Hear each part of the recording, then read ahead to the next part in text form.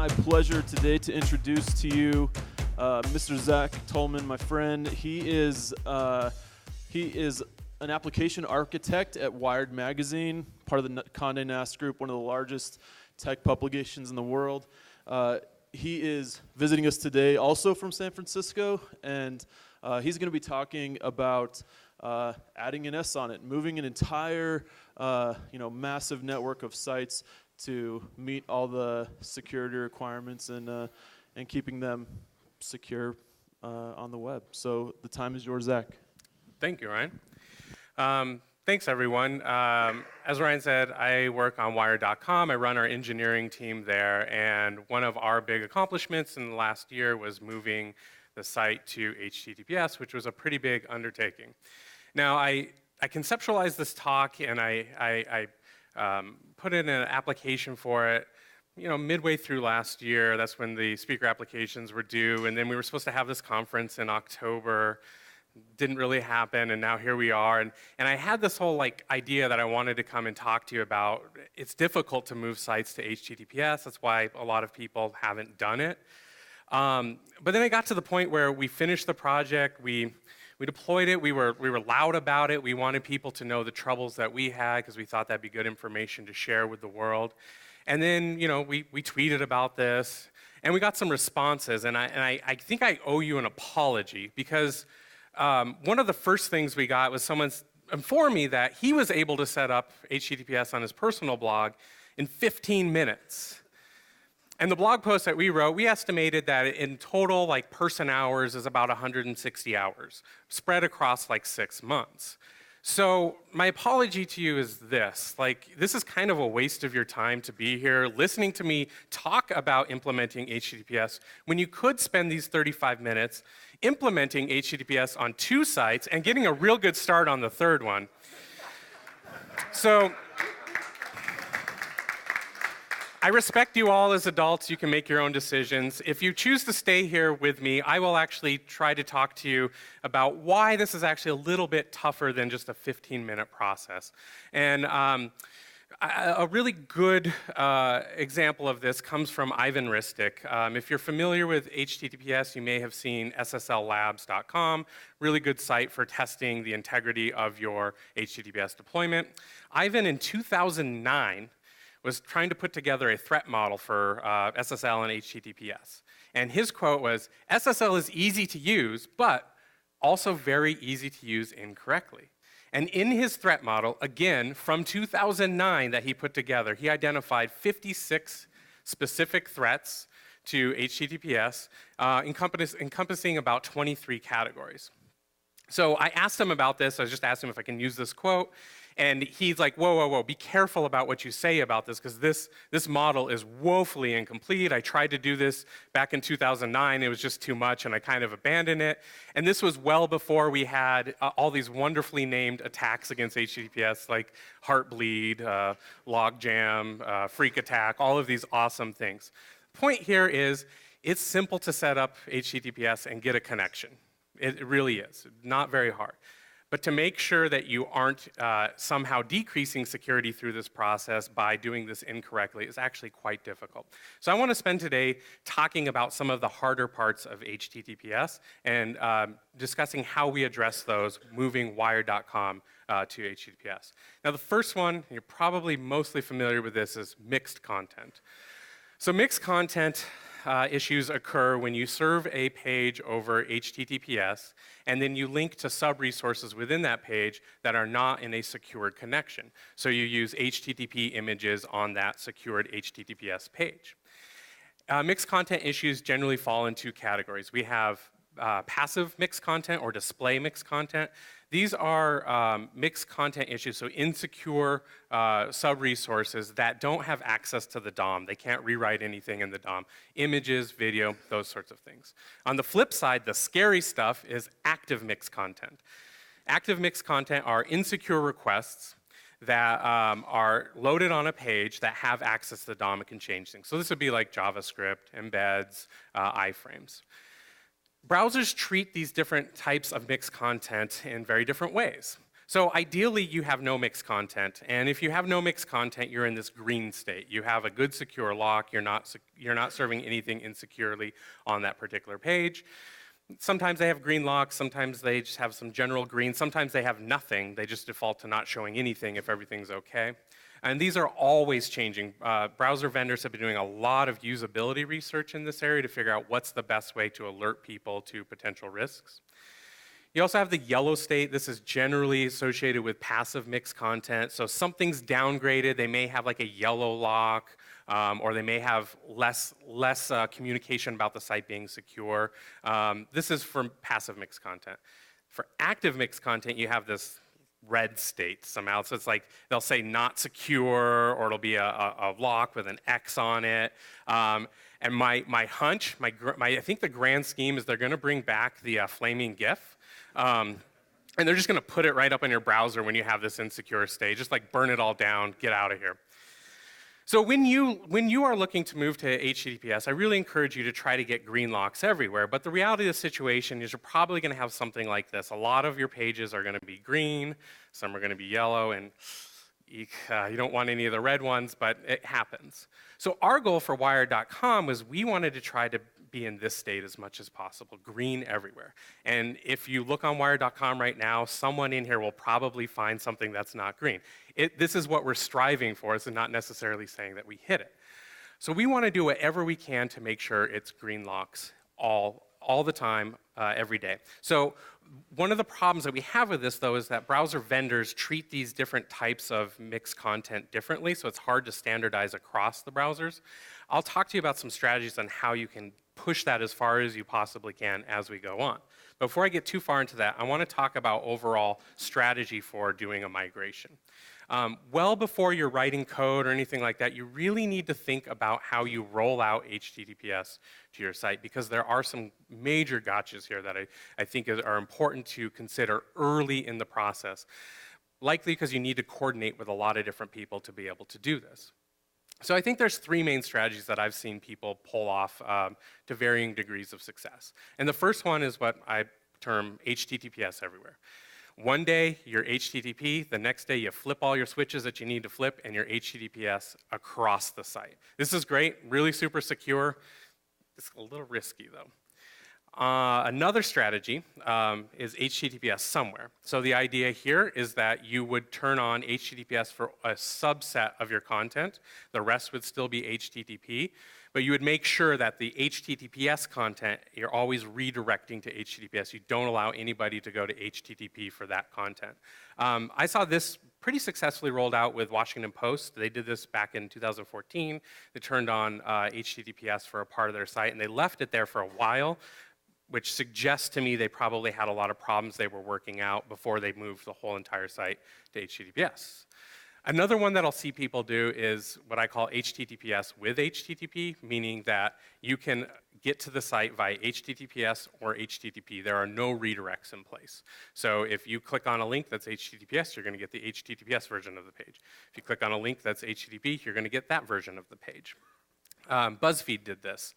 So I assume that they were trying to just have HTTPS out there, so people who maybe are running the HTTPS Everywhere plugin were getting HTTPS. Maybe they were trying to distribute other HTTPS links so they can get a lot of hits on those pages and do some work to analyze that. And then at some point, they put all the redirects in place and forced everyone to HTTPS.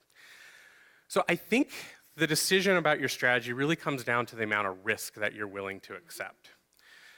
I would say that the riskiest procedure is just going HTTPS everywhere first. Now, the benefit of doing this is it's the most secure of these strategies, because you're essentially going to block all HTTP requests to your site other than just allowing for the redirect. The other two strategies are less risky, but they're also less secure ultimately. So HTTPS with HTTP, you're still allowing access to the HTTP page. That allows some opportunities for attackers to man in the middle of those requests. So there's still risk in the sense that theoretically you could allow both HTTPS and HTTP, but some weird anomaly, everyone's going to HTTPS. It's essentially HTTPS everywhere. And then finally, the least risky is HTTPS somewhere, so just turning on one section at a time until you get to HTTPS everywhere. The reason this is less risky is that you can roll out part of your site on HTTPS, and if you have problems, you can roll that back. You can fix those problems before you go on to the next section. So you really need to spend some time assessing risk. You need to understand how this change can affect your business goals, the purpose of your site, and then you can make these decisions. For Wired, the best choice we had was HTTPS somewhere, so rolling out one section at a time. There's a ton of risk in this process. We have 23 years worth of content. Wired was one of the first sites like publishing content online, so there's a lot of weird content in WordPress and in our CMS right now.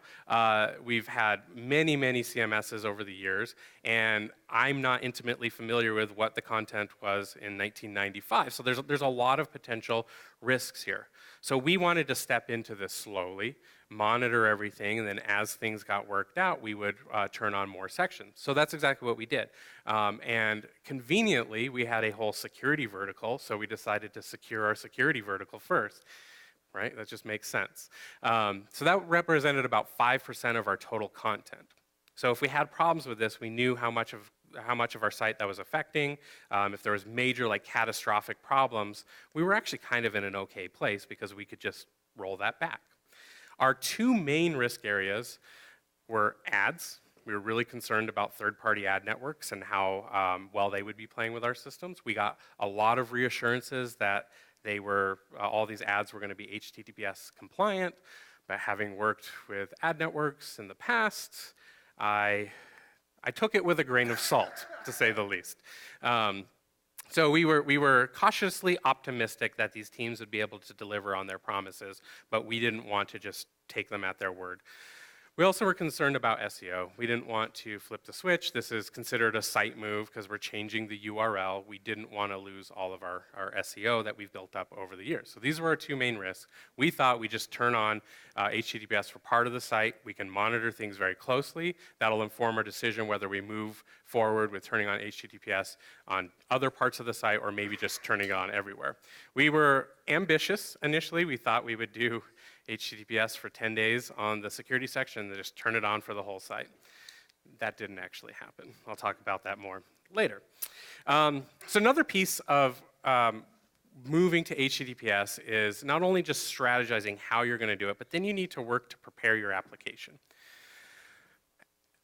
Sort of high-level way of looking at this is you're going through your application and you're looking for anything that links off to HTTP and switching it up with HTTPS. So it's a big find and replace mission that can get a little bit difficult depending on how you've written your application. And I should say, and for WordPress, generally speaking, there's a lot of exceptions to this. If you move everything to HTTPS, the isSSL function will return true, and it works a lot of magic. So like using the get permalink function will automatically transition your URL to HTTPS. But there's a lot of other exceptions. You got to be worried about how plugins have built things. Anytime you've hard-coded URLs rather than using some of the functions that generate them, you need to look out for those. So just to give you a quick example, this is a Wired video page, and if you look at the top, there's some icons. We need to make sure that we're linking to those icons using HTTP, and some of those are defined in CSS, so like it's not like WordPress can just fix those for us. We need to actually go into CSS and fix them.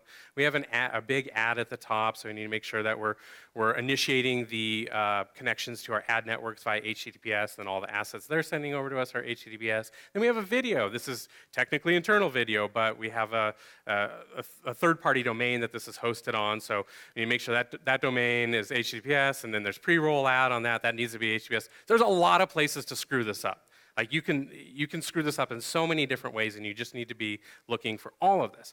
Beyond that, since we decided to do the HTTPS somewhere rollout, this made things even more complicated. So if you look at a homepage, and you can see that some of the dates on here are from September. I was prepared for my October talk, so it's a little outdated. This is a sample homepage for Wired, and if you look at this, you'll see that some of the sections at the top some of the sections need to be HTTP, other ones need to be HTTPS. So for instance, we, at this point, I believe when I was preparing the talk, we weren't fully over to HTTPS yet. And the two sections we had on HTTPS were security and transportation. So we need to make sure at the top there that we're pointing to HTTPS URLs for security and transportation, but the other URLs are pointing to HTTP.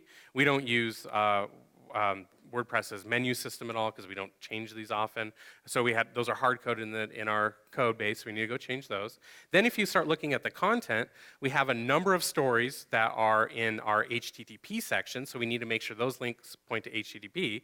And then our security section, we need to make sure the link there needs to point to HTTPS. So you can see how this can get a little complicated, and then you can't just trust WordPress's automatic URL switching with isSSL, because if you're on an HTTP page, you need to manually switch URLs to your HTTPS content.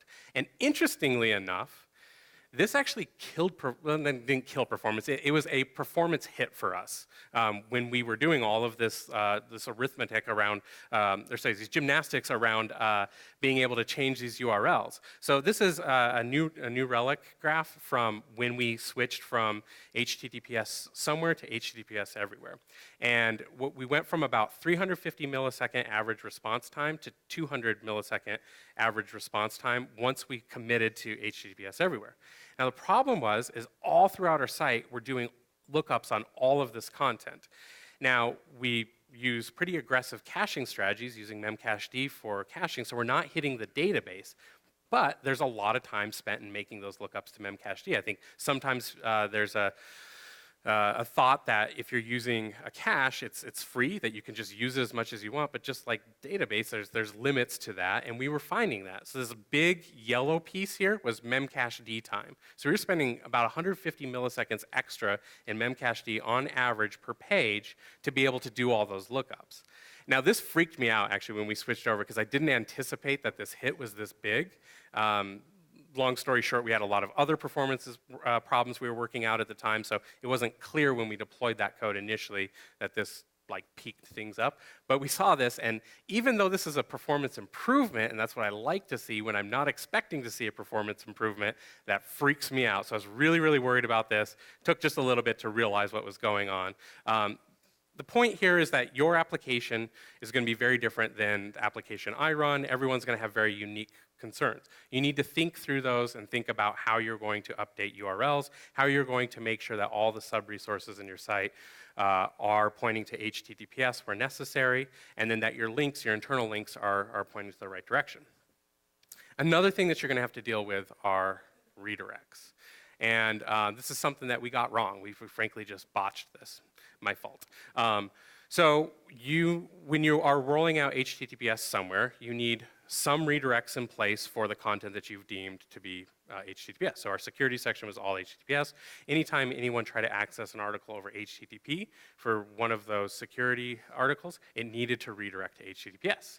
Now our mindset when we were rolling this out was we're testing the waters. We're trying this with 5% of our content. We'll see how it works. If it fails, we want to roll back quickly. So what kind of redirect should we use? I thought a 302, a temporary redirect. We're telling the world, hey, this is temporary. In 10 days, we're going to make this permanent. I will change this to a 301. So the great irony of all of this is by doing that, this hurt our SEO in pretty dramatic ways, like falling off a cliff in terms of search rank and search traffic. Granted, it was only for that 5%. The rest of the site remained unscathed, so why we did this strategy. But the irony here is that had we been more committal, we probably wouldn't have seen that problem. So our strategy to try to mitigate risk kind of caused this problem to some degree. It can be argued. So we caught that really quickly. We changed to 301. That maybe helped, maybe it didn't. The problem is when you have SEO issues, fixing them and understanding why or how they got fixed is nearly impossible unless you shut all of your editorial operations down. You just try to work with your current content because so much is shifting. There's so many factors that play into this.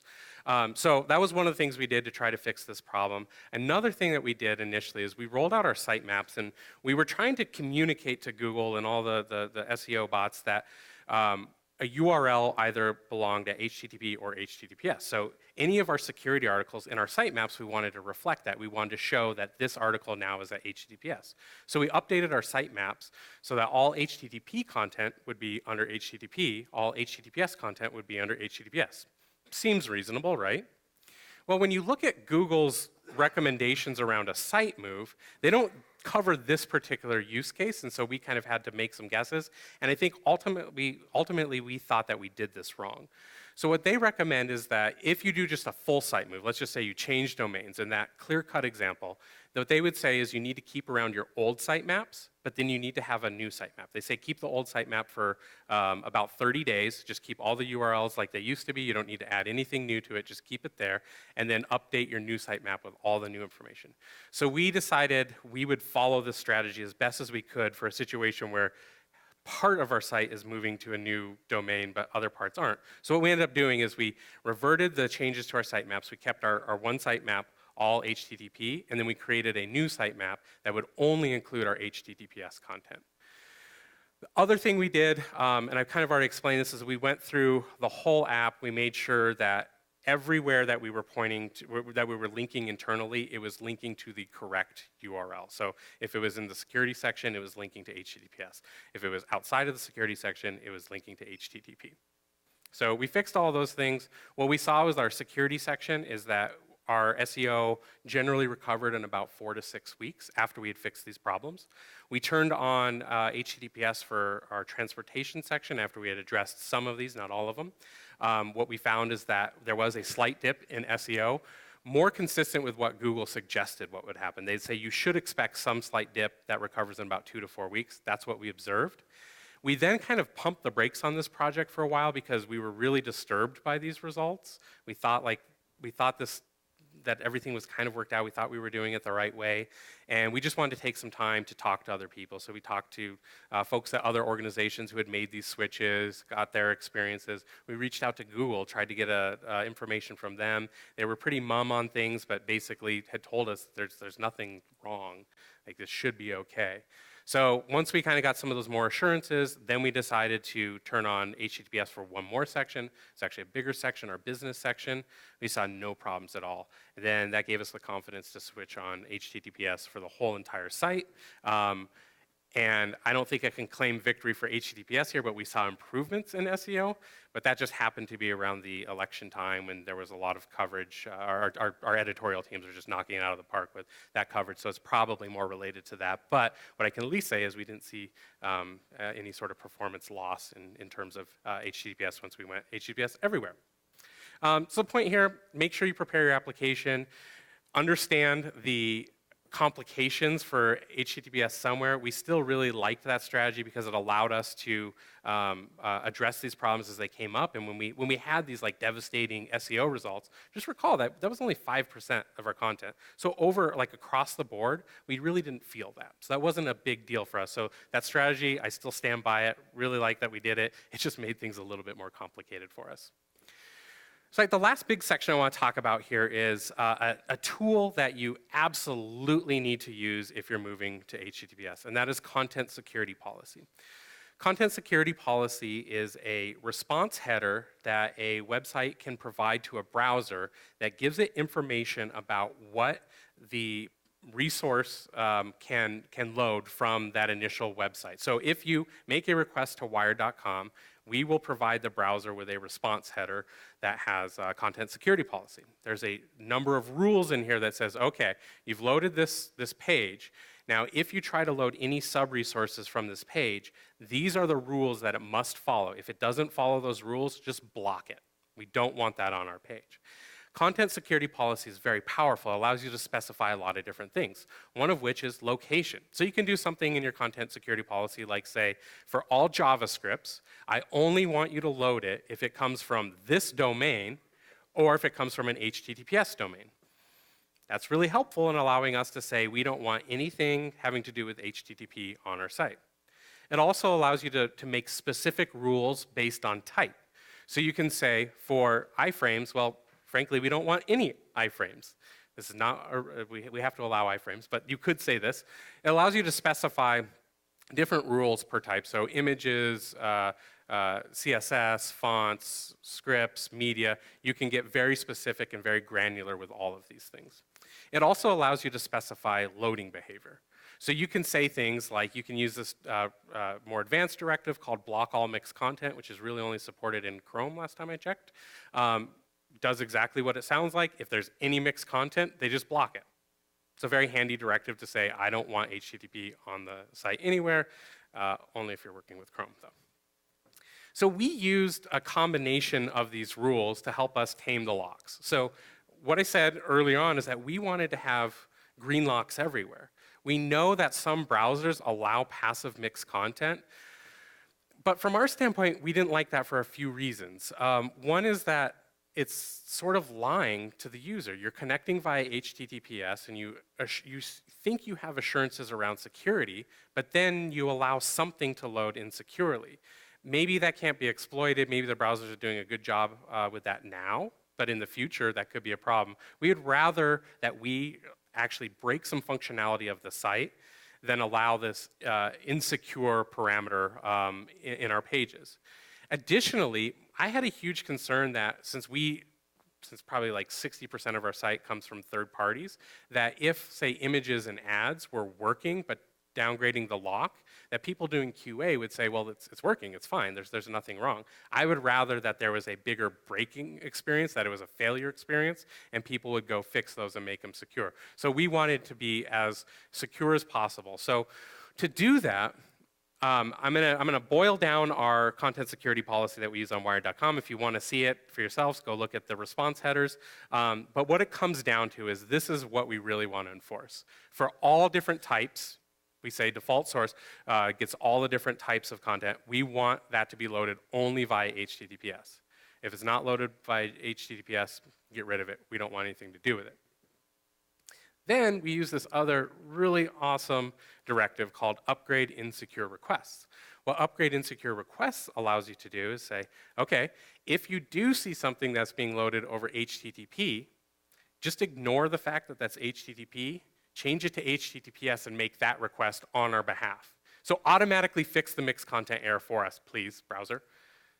This works really well. This is a great way to allow you to turn on HTTPS on your site and have some, not 100% assurances, but some assurances that maybe older content, stuff that's not as critical, will get upgraded automatically for you. And as you can imagine, for third-party networks, for our ads, this is a huge helper for us. This fixes a lot of problems automatically. The last thing that content security policy does for you is it allows you to get reports when there's any violations of the policy. So just adding this report URI directive allows you to specify if any page violates these policies, tell me about it. Send a request to this URL, and then I'm going to log that, and later I'll come back and take a look at what's going on. This is by far my favorite part of content security policy. So I can now, and we're doing this on Wired, I can say, I don't want any HTTP content on the site, and if we see some of it, tell me about it because I want to investigate that. That's what I said before I started reporting it, though, recording it. Because this is pretty crazy. When you do this sorts of reporting, we see 200,000 of these a day. You get a lot of junk just from like weird proxies and stuff, and then browser plugins, those sorts of things. But it is still really, really helpful because you definitely see clusters of issues that you need to fix. And let me go over one right now. So an example of a report that we received, this comes in the form of a post request with a JSON body. And I actually prepared this one right before last talk, but this is a fantastic one because this is something we completely missed. We completely missed, and we were on HTTPS for a while at this point. What it tells you is where the issue occurred. So document URI refers to the page that was loaded that ended up causing a mixed content issue. Refer just tells you the refer, that's the refer for the CSP report request. Not really that important. Violated directive tells you the specific policy that was violated. So in this case, it was media source was not HTTPS, meaning that like a video, audio, something like that was not loaded via HTTPS. It'll tell you the effective directive. That's just the directive category, so in this case it was media. It'll report back to you the original policy. I've truncated it here because it's just too huge to fit on the slide. And then the most important thing is it tells you the blocked URI. And this was a really curious one to me, because what it was saying is that on HTTPS www.wired.com, we're loading something from HTTP www.wired.com. This is like 3 months in the process. I'm like, I've taken care of this stuff. Like, what's going on here? So I looked into it. I dug into it, and I found exactly what's going on. So I loaded up that page, and what I could see was that we have this URL, this PodTrack URL. And PodTrack is a service that allows you to get analytics for podcasts.